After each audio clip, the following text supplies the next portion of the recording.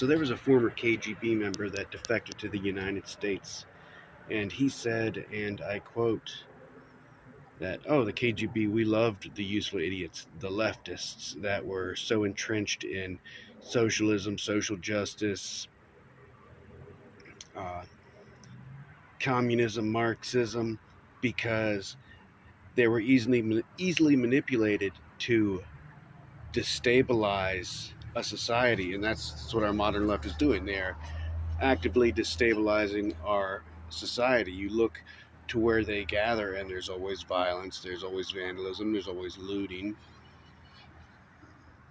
When's the last time you heard of a completely peaceful protest from the left?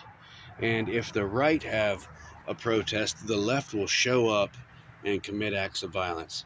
They are so entrenched in this socialist, Marxist, communist ideology that they're willing to kill those that speak out against it. Charlie Kirk, for instance. And it's not, I'd like to say it's an isolated incident, but it's not. It's time after time after time after time.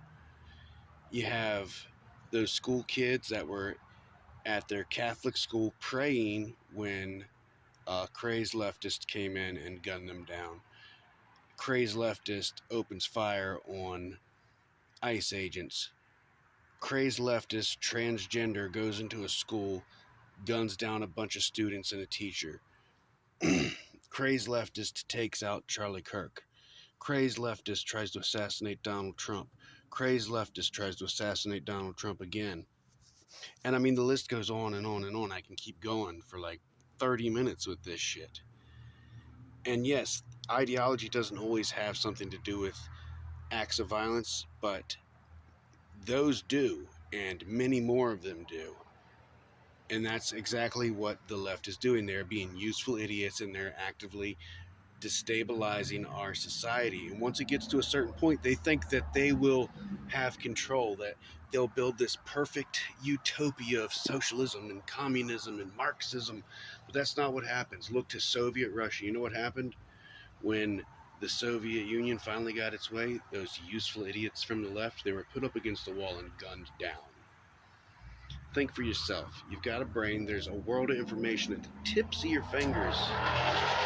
Get on there. Go for non-biased opinions, non-biased facts. Get your information from non-biased sources.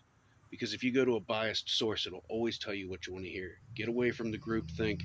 Think for yourself. If you can do that and you come to the same end conclusion, then God help you.